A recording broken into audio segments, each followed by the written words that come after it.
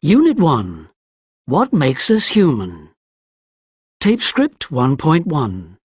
The reunion. Hey, Bridget! Hey, how was your school reunion? Wasn't that last weekend? Yeah, it was good. Well, it was okay. Only that I didn't recognise quite a lot of the people and... Oh, well, has been nearly 15 years. Yeah, I know. And boy, do some people change. You know, I'd find myself talking to someone who obviously knew who I was, and I hadn't a clue who they were. And I don't suppose you could have asked. Well, no, how rude would that have been? Oh, but I did recognise Judith. Oh. You know, the dreaded, jolly Judith. She hasn't changed at all, unfortunately. I tried to avoid her, but she sought me out.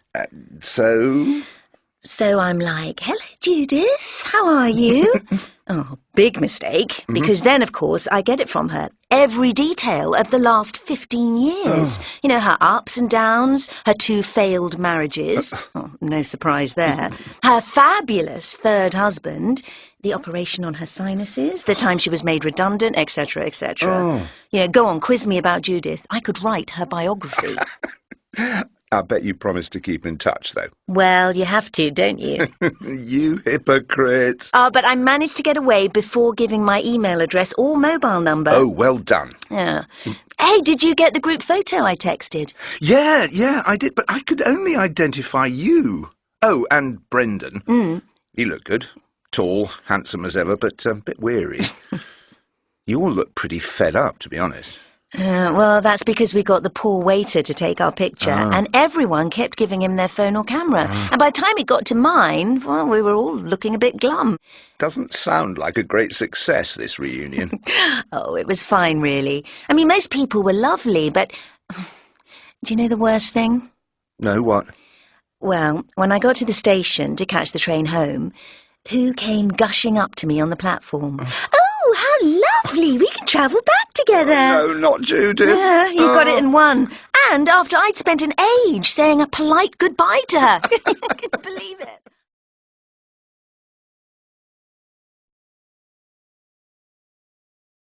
Tape script 1.2. 1. He really fancies himself. He thinks all women fall for his charm. 2. Honestly, just listen to yourself. You never stop moaning. 3. Don't put yourself down. Believe in yourself. 4. Look after yourself. You've been looking a bit peaky recently. 5. I could kick myself. I didn't get her phone number. 6. Think for yourself. You don't have to agree with everything he says. 7. Please yourself. You never listen to my advice anyway. 8. Just be yourself. Don't try to appear to be something that you're not. 9. Think of yourself sometimes. You're always putting others first. 10. Don't flatter yourself. You didn't win because you're the best. Your opponent was rubbish.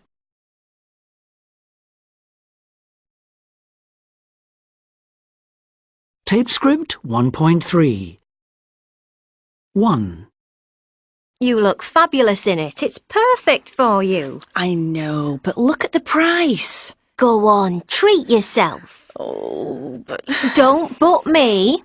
Tell yourself that you deserve it. OK, then. I'll get it. 2. You've got to get over it. Move on in your life. I can't. I think she's starting to realise she's made a big mistake. Stop deluding yourself. It's over. I don't know. Maybe I'll just give her a call. Oh, believe me, you're only making a fool of yourself. 3. How's it going?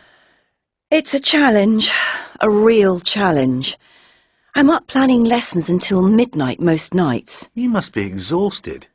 You're going to have to learn to pace yourself or you'll be ill. I can't. I gave up the prospect of a good job in banking to do this, and I don't want to let myself or the kids down. Yes, but it's not worth killing yourself. You won't be any use to anyone. 4. Why did you do it? Oh, believe me, I keep asking myself the same question. You knew you'd never be able to pay it back. Now you've got yourself into a right mess. I know, and I've only got myself to blame. What now? I suppose it'll have to be the bank of Mum and Dad.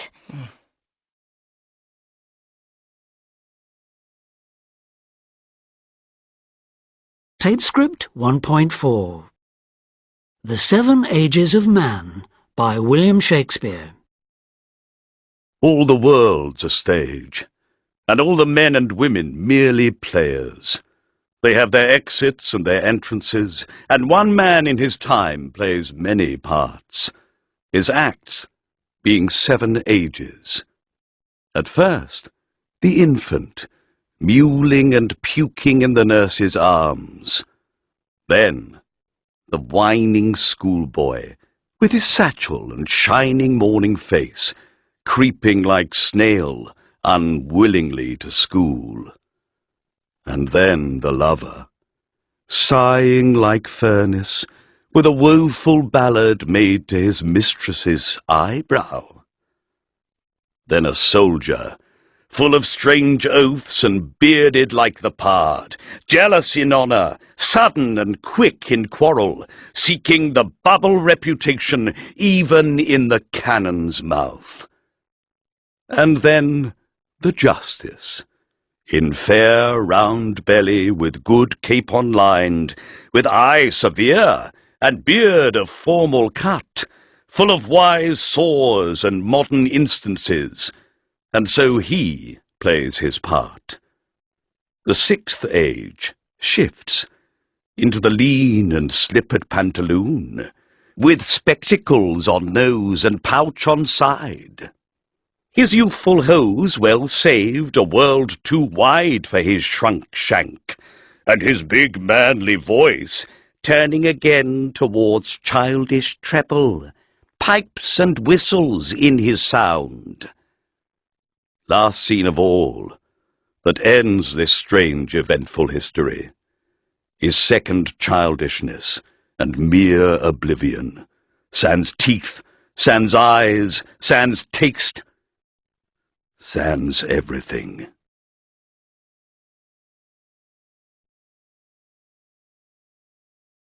Tape script 1.5. 1. When I'm asked what I do for a living, I often hesitate a moment before answering, because I'm never sure how people will react these days. Some just think we're fat cats who make fast, easy money like gamblers. But it's not like that. I work really hard, and there's a lot of risk involved, so it's really stressful. I get the 7:05 every morning, and I often don't get back till after 10 at night. And that's not because I'm hanging out with the guys in a bar somewhere. Oh, no. I never get to put the kids to bed. I've faced redundancy loads of times, but I've been lucky so far. We have a huge mortgage, so we both have to work. But at least my wife has a job share. She's a lawyer. 2. I don't like sleepovers. Everyone else does, but I just start to feel really sad at bedtime without my mum and dad there, and all my friends make fun of me. I don't mind play dates after school or something. Freddie was at mine today and we played Wii Sports until Mum threw us outside into the garden. "Stop squabbling," she said. "Go get some fresh air and play football for real." But I did beat Freddie at the Wii, whatever he said. He's just a bad loser. Oh, it was freezing outside. 3. The one I was in closed down. They were lovely there, and I had a door in my room that opened onto the garden. I'd go out on a nice day and walk, with my frame, of course, to a bench under a laburnum tree. I don't even have a nice view from my room here. And the door's so narrow, I can't get my frame through it easily. I asked for new batteries for my hearing aid, and I'm still waiting. They don't have the staff, you see. I stay in my room a lot. I don't like sitting in the lounge with the telly on all the time and people sitting around falling asleep and snoring. I still have a good brain, you see. Some of them out there are away with the fairies. 4. I get called a nerd. If I'm honest, I do mind a bit, but not too much. Most of my classmates seem to take pride in being underachievers. The thing is, I like good times too, clubbing and stuff, parties when I'm invited. But there's something I really want to aim for. You see, I've had a weekend job for the last couple of years. I've been working at Specsavers, just helping out and stuff, but it's fascinating. It's really the highlight of my week. And so now I've decided I'd like to be an optometrist. Does that sound dull? My friends think so, but I'm dead keen. And I've got a place at Manchester University to study optometry if I get 3 A's. I'm determined to do it. Everyone else hasn't a clue what they want to do, so maybe I'm the lucky one.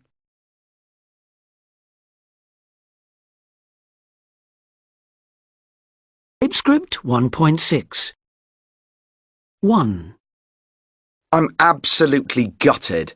They were winning 2-0 at half-time, and then they went on to lose 3-2. 2. You mean the world to me. More than words could ever say. 3. Wow, I'm completely blown away. I've never had such an expensive present. 4. I'll have to consult my diary. Life's just so hectic at the moment. I'm always so much in demand. 5.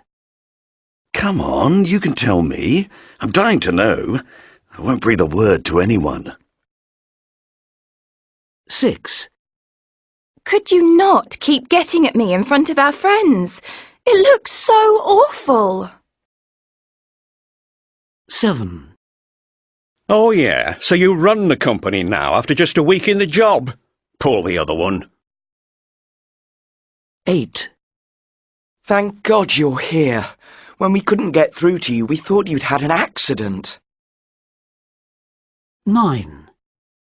He came in the top 2% in the country, so his father and I are thrilled to bits. 10. It was nothing. Really, nothing. Anybody would have done the same. 11. Well, I think you did very well to come third. Keep up the good work and you'll win next time. 12. Oh, come on now, don't make such a fuss. You'll be fine. It's only a graze, hardly bleeding at all. 13. I'm out of here right now. I don't like the look of that lot on the corner. 14. What do you mean I'm a couch potato? I go to the gym twice a week. 15. I totally lost it with that poor guy, but it was the 6th call today. How do they get our numbers?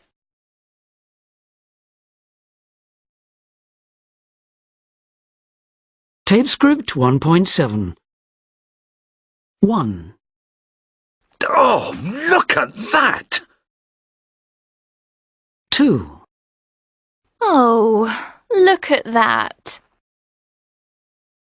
3. Oh, look at that. 4. Look at that! 5. Oh, look at that. 6. Oh, look at that. 7. Oh, look at that. 8. Oh, look at that! 9. Oh, look at that. 10. Look at that.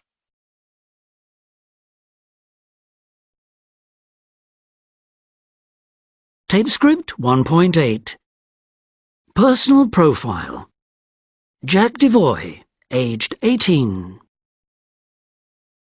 I am currently a student at Hamsworth School, Birmingham, studying English literature, economics and history. I am a diligent and conscientious student and have attained grade A's in all my subjects in recent exams. I also try to give my utmost to other aspects of school life. I am a school prefect and have acted as a guide at numerous school open evenings. Literature has always played an important role in my life. I feel lucky to have been brought up in a family with a passion for books. I enjoy reading books from a wide range of genres, from Shakespearean comedies such as The Taming of the Shrew, to historical investigations such as Douglas A. Blackman's Slavery by Another Name.